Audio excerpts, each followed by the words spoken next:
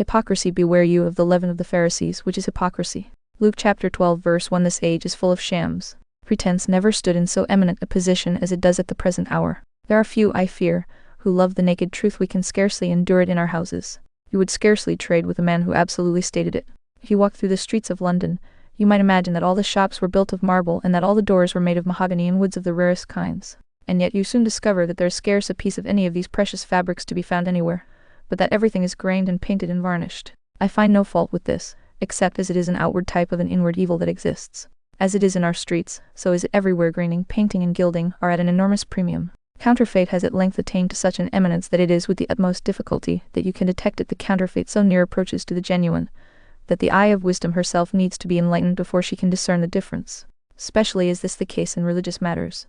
There was once an age of intolerant bigotry, when every man was weighed in the balance, and if he was not precisely up to the orthodox standard of the day, the fire devoured him. But in this age of charity, and of most proper charity, we are very apt to allow the counterfeit to pass current and to imagine that outward show is really as beneficial as inward reality. If ever there was a time when it was needful to say, beware you of the leaven of the Pharisees, which is hypocrisy, it is now. The minister may cease to preach this doctrine in the days of persecution, when the firewood is blazing and when the rack is in full operation. Few men will be hypocrites. These are the keen detectors of imposture, suffering and pain and death, for Christ's sake, are not to be endured by mere pretenders. But in this silken age, when to be religious is to be respectable, when to follow Christ is to be honored, and when godliness itself has become gain, it is doubly necessary that the minister should cry aloud and lift up his voice like a trumpet against the sin, the leaven of the Pharisees, which is hypocrisy. I am sure that every true child of God will stand at times in doubt of himself, and his fear will probably take the shape of a suspicion concerning his own state. He that never doubted of his state, he may too late. The Christian, however, does not belong to that class. He will at times begin to be terribly alarmed lest, after all, his godliness should be but seeming and his profession an empty vanity. He who is true will sometimes suspect himself of falsehood, while he who is false will wrap himself up in a constant confidence of his own sincerity. My dear Christian brothers and sisters, if you are at this time in doubt concerning yourselves, the truth of God I utter will, perhaps, help you in searching your own heart and trying your own reins. I am sure you will not blame me if I should seem to be severe, but you will rather say, sir, I desire to make sure work concerning my own soul. Tell me faithfully and tell me honestly what are the signs of a hypocrite, and I will sit down and try to read my own heart, to discover whether these things have a bearing upon me. Happy shall I am if I shall come out of the fire like pure gold. We shall note then, this morning first, the character of a hypocrite. Then we shall try to cast up his accounts for him, with regard to his loss or gain. And then we shall offer a cure for hypocrisy, which, if constantly carried about with us, will certainly prevent us from attempting to deceive. The cure is contained in these words which follow the text: for there is nothing covered that shall not be revealed, neither hid that shall not be known. Therefore whatsoever you have spoken in darkness shall be heard in the light, and that which you have spoken in the ear in closets shall be proclaimed upon the housetops. First, the hypocrite's character. We have an elaborate description of the hypocrite in the chapter we have just read, the 23rd of Matthew, and I do not know that I can better portray him than by turning again to the words of Christ. A hypocrite may be known by the fact that his speech and his actions are contrary to one another. As Jesus says, they say and they do not. The hypocrite can speak like an angel and quote texts with the greatest rapidity. He can talk concerning all matters of religion, whether they are theological doctrines, metaphysical questions, or experimental difficulties. In his own esteem he knows much, and when he rises to speak, you will often feel abashed at your own ignorance in the presence of his superior knowledge. But see him when he comes to actions. What behold you there? The fullest contradiction of everything that he has uttered. He tells others that they must obey the law. Does he obey it? Ah, no. He declares that others must experience this, that, and the other, and he sets up a fine scale of experience, far above even that of the Christian himself. But does he touch it? No, not with so much as one of his fingers. He will tell others what they should do. But will he remember his own teaching? Not he. Follow him to his house. Trace him to the market. See him in the shop, and if you want to refute his preaching you may easily do it from his own life. My hearer, is this your case? You are a member of a church, a deacon, a minister. Is this your case? Is your life a contradiction to your words? Do your hands witness against your lips? How stands it with you? With a blush, each one of us must confess that, to some extent, our life is contradictory to our profession. We blush and we mourn over this. But I hope there are some here who can say, notwithstanding many infirmities, with my whole heart have I strived to run in the ways of your commandments, O my God, and I have not intentionally spoken that with my lip which I did not intend to carry out in my life. Ah, believe me, my hearers, talk is easy, but walk is hard. Speech any man may attain unto, but act is difficult. We must have grace within to make our life holy, but lip piety needs no grace. The first mark of a hypocrite, then, is that he contradicts by his acts what he utters by his words. Do any of you do so? If so, stand convicted of hypocrisy and bow your heads and confess the sin. The next mark of a hypocrite is that whenever he does right, it is that he may be seen of men. The hypocrite sounds a trumpet before he gives his alms and chooses the corner of the streets for his prayers. To him virtue in the dark is almost a vice, can never detect any beauty in virtue unless she has 1,000 eyes to look upon her, and then she is something indeed. The true Christian, like the nightingale, sings in the night, but the hypocrite has all his songs in the day when he can be seen and heard of men. To be well spoken of is the very elixir of his life. If he is praised, it is like sweet wine to him. The censure of man upon a virtue would make him change his opinion concerning it in a moment. For his standard is the opinion of his fellow creature, as his law is the law of self-seeking and of self-honoring. He is virtuous, because to be virtuous is to be praised. But if tomorrow vice were at a premium, he would be as vicious as the rest. Applause is what too many are seeking after. They eschew all secret religion and only live where men may behold them now. Is this our case? Let us deal honestly with ourselves. If we distribute to the poor, do we desire to do it in secret when no tongue shall tell? Are our prayers offered in our closets, where God, who hears the cry of the secret ones, listens unto our supplication? Can we say that if every man were struck stone blind and deaf and dumb, we would not alter our conduct the least? Can we declare that the opinion of our fellows is not our guiding law, but that we stand servants to our God and to our conscience, and are not to be made to do a wrong thing from flattery, nor are we urged to do a right thing from fear of censure? Mark, the man who does not act rightly from a higher motive than that of being praised gives sore suspicion that he is a hypocrite. But he who will do a right thing against the opinion of every man, and simply because he believes it to be right, and sees the stamp of God's approval upon it, that man need not be afraid that he is a hypocrite. He would be a kind of hypocrite that one has never discovered as yet. Hypocrites do their good works for applause. Is it so with you? If so, be honest, and as you would convict another, convict yourself. Agging hypocrites love titles and honors and respect from men. The Pharisee was never so happy as when he was called rabbi. He never felt himself so really great as when he was stuck up in the highest seat in the synagogue. Then he must be good indeed. But the true Christian cares not for titles. It is one of the marks of Christians that they have generally taken names of abuse to be their distinctive appellations. There was a time when the term Methodist was abusive. What did those good men say who had it so applied to them? You call us Methodists by way of abuse, do you? It shall be our title. The name Puritan was the lowest of all. It was the symbol which was always employed by the drunkard and swear to express a godly man. Well, says the godly man, I will be called a Puritan. If that is a name of reproach, I will take it. It has been so with the Christian all the world over. He has chosen for himself the name which his enemy has given him in malice. Not so the hypocrite. He takes that which is the most honorable. He wishes always to be thought to belong to the most respectable sect, and to hold an office in that sect which will confer upon him the most honorable title. Now, can you say from your inmost soul that in religion you are not seeking for honors or titles, but that you can tread these beneath your feet and want no higher degree than that of a sinner saved by grace, and no greater honor than to sit at the feet of Jesus and to learn of him? Are you willing to be the despised followers of the carpenter's son, as were the fishermen upon the lake? If so, methinks you have but little hypocrisy in you. But if you only follow him, because you are honored by men, farewell to the sincerity of your religion. You are unmasked and stand before the face of this congregation, an acknowledged hypocrite. There was another evidence of an hypocrite, which was equally good, namely, that he strained at a gnat and swallowed a camel. Hypocrites in these days do not find fault with us for eating with unwashed hands, but they still fix upon some ceremonial omission. Sabbatarianism has furnished hypocrisy with an extremely convenient refuge. Acts of necessity done by the Christian are the objects of the sanctimonious horror of Pharisees, and labors of mercy and smiles of joy are damning sins in the esteem of hypocrites if done upon a Sunday. Though our Father worked up to now and Christ worked, and though works of kindness and mercy and charity are the duty of the Sabbath, yet if the Christian is employed in these, he is thought to be offending against God's holy law. The slightest infringement of that which is a ceremonial observance becomes a great sin in the eye of the hypocrite.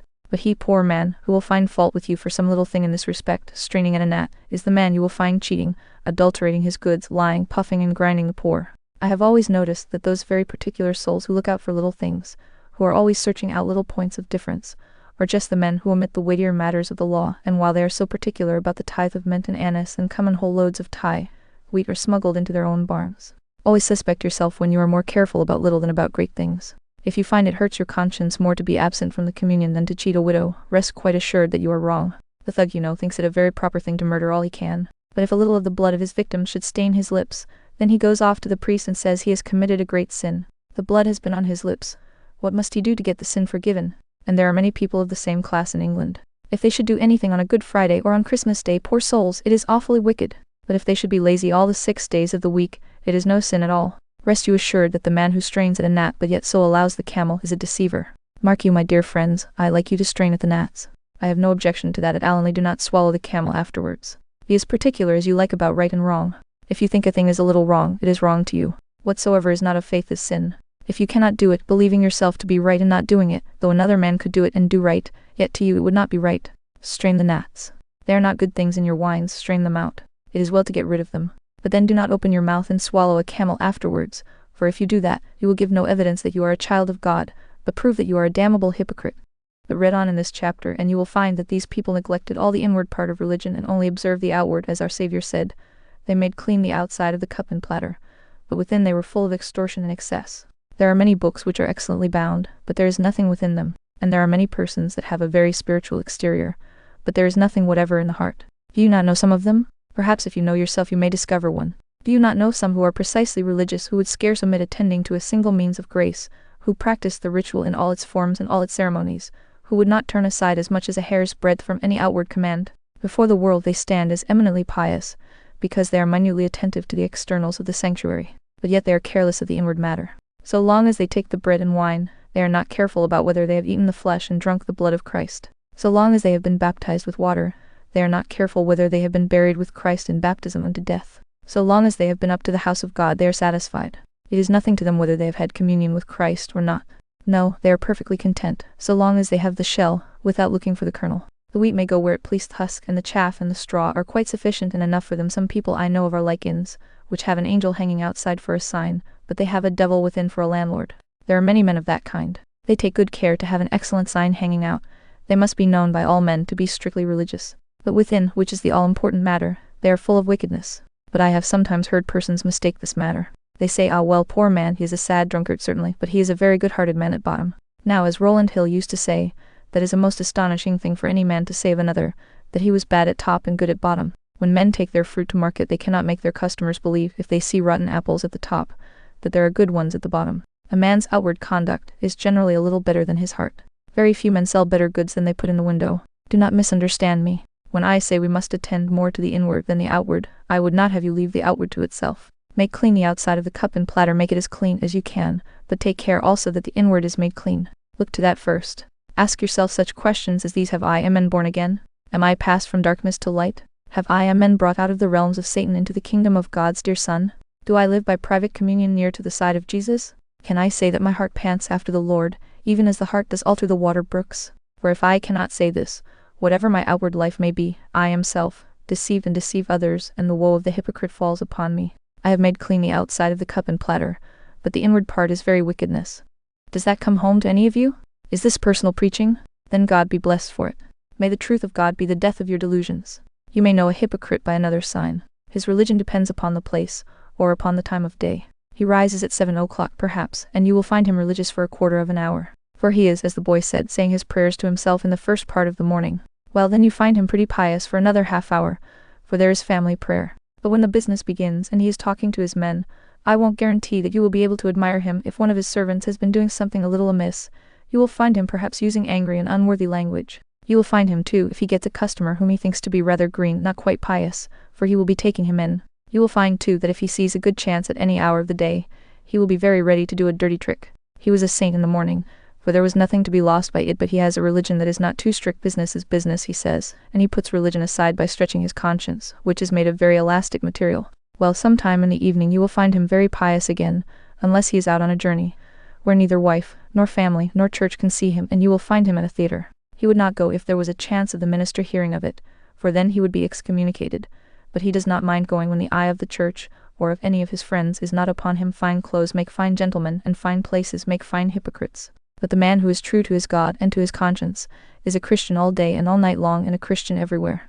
Though you were to fill my house full of silver and gold, he says, I would not do a dirty action. Though you should give me the stars and the countless wealth of empires, yet I would not do that which would dishonor God, or disgrace my profession. Put the true Christian where he might sin, and by God's grace he will not do it. He does not hate sin for the sake of the company, but he hates it for its own sake. He says, how can I do this great wickedness and sin against God? You shall find him a fallible man, but not a false man. You shall find him full of infirmities, but not of intentional lust and of designed iniquity. As a Christian, you must follow Christ in the mire as well in the meads. You must walk with him in the rain as well as in the sunshine. You must go with him in the storm as well as in fair weather. He is no Christian who cannot walk with Christ, come rags, come poverty, come contumely or shame. He is the hypocrite who can walk with Christ in silver slippers and leave him when it becomes necessary for him to go barefoot.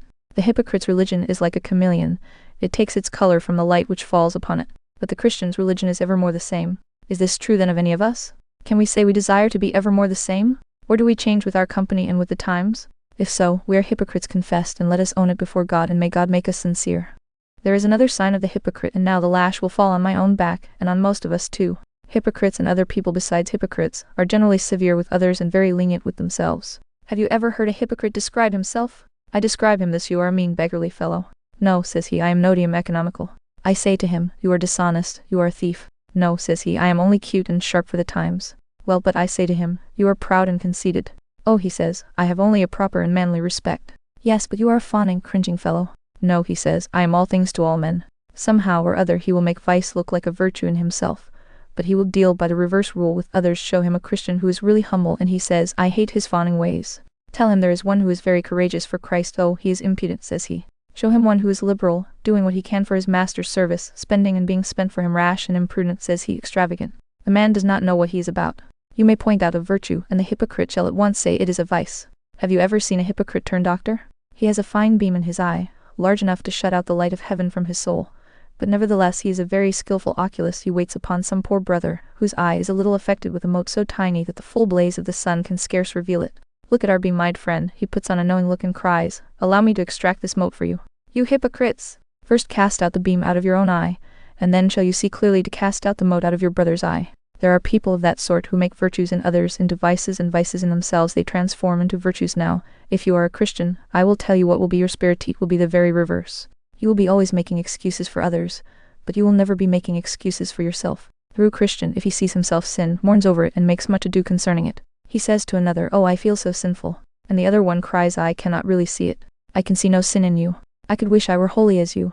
No, says the other, but I am full of infirmity. John Bunyan describes Mercy and Christiana and the children, after having been washed in the bath and sealed with the seal, as coming up out of the water and being all fair and lovely to look upon. And one began to say to the other, you are fairer than I, and you are more comely than I. And then each began to bemoan their own spots and to praise the beauty of the others. That is the spirit of a Christian, but the spirit of the hypocrite is the very reverse. He will judge and condemn and punish with lynch law every other man, and as for himself, he is exempt. He's a king, he knows no law, and his conscience slumbers and allows him to go on easily in the very sins which he condemns in others. This is a very prominent mark of the hypocrite, and I question whether all of us must not blame ourselves a little here. And now we are going to cast up the hypocrite's account for him. Now, sir, bring us your ledger and let us have a look at it. You are a hypocrite. Well, what is on the prophet's side? A good deal, I must confess. Here is, first of all, credit and honor. If you were to say outright, you are a thief, you are a private drunkard, you can curse God as well as any man, or if the world should hear as much, you would have no honor. But as it is, you have joined the church, and the minister is very fond of you. The deacons and elders think a great deal of you, and you are a very honorable, respectable man. You go walking up to your pew with your Bible and your hymn book, and everybody says, there is an exemplary character. And they pat their little boys on the head and say, may you grow up to be a very good man like Mr. So, and so. The next advantage is the case which you enjoy. The minister often preaches a solemn, thundering sermon against sin. You get off all that. You are not a sinner, are you? Not at all. Who would suspect you? You are one of the brightest of the saints. It is almost a pity you were not one of the 12. There was one among them almost as good as yourself, and his end will probably be yours. You escaped every thunder of the law. Your conscience rests easy, and the very thing which makes the child of God tremble puffs you up, and the very marks and evidences which cast him down help to exalt you. The sun of the gospel which melts wax, hardens the poor clay of your hearts, and you get the more exalted in your self-conceit through everything you hear. And that is good too, is it not? Very much in your favor, certainly. And then there's another thing. How nicely your shop has prospered through it. That, perhaps, is the part of the bargain which you like the best. Ever since you have made a profession of religion, have not those who go to your church and chapel traded with you? You would not have got on half so well if you had been suspected to be what you really are. But because of that fine cloak of yours, that fine garment of hypocrisy, how nicely you have prospered. What a nice little round sum you have been able to lay by, have you not? All that is the bright side again. And besides that, what honors have you not received in the church? Are not you made a deacon or an elder? Yes, perhaps a minister, too. How pleasant that is. And you puff yourself up and you feel satisfied. Oh, what a good man am I. Other people think I am, therefore I must be. It is true I devour the widow's house. It is true I am not very particular about what I do. Nevertheless, the minister, the elders, the deacons think me good. The whole church applauds me. They cannot all be mistaken. Truly, I must be a special saint. That is your prophet side of the account. What about the other side? I think we shall be able to strike a balance that will not be much in your favor, sir. In the first place, I see a black item down here. Some of the people of the world do not think quite as much of you as you imagine. The poor widow does not give you much of a character. You will have to be very careful, sir, or your base deeds will come out. The very first item I see down here is a fear that your hypocrisy will be discovered. It would take you only half as much trouble to be an honest man as it does to be a deceiver. A man who is in the habit of speaking truth need not mind how he opens his mouth nor where. But a man who lies should be very careful, and have a very good memory, and remember all he has ever said before, lest he should trip himself. So it is with you, my friend. Your religion is a Sunday religion, and you have to be very careful, so as to make Monday dealings hold their tongues and Sunday doings now as fond as they can. Hard work. I would not stand in your place to have all the trepidation and fear of discovery which so often comes upon you. No, I would sooner be a worldling than I would have the fear that constantly haunts you, lest you should stand ashamed before the church by your base iniquity being discovered. But I see something worse than Fisher is constant disquietude of conscience. Hypocrites may seem as if they were at ease, but they cannot really be. The Christian who is true to God, and is really his child, can sometimes say, I know that Jesus has taken away my sin. Assurance, vouchsafed to him by the Spirit, calms his fears, and he can rest in Christ. But the highest presumption to which the hypocrite can attain brings no such calm as that which is breathed upon the Christian by the lips of assurance. He can go to his bed, no, he can go to his tomb in peace.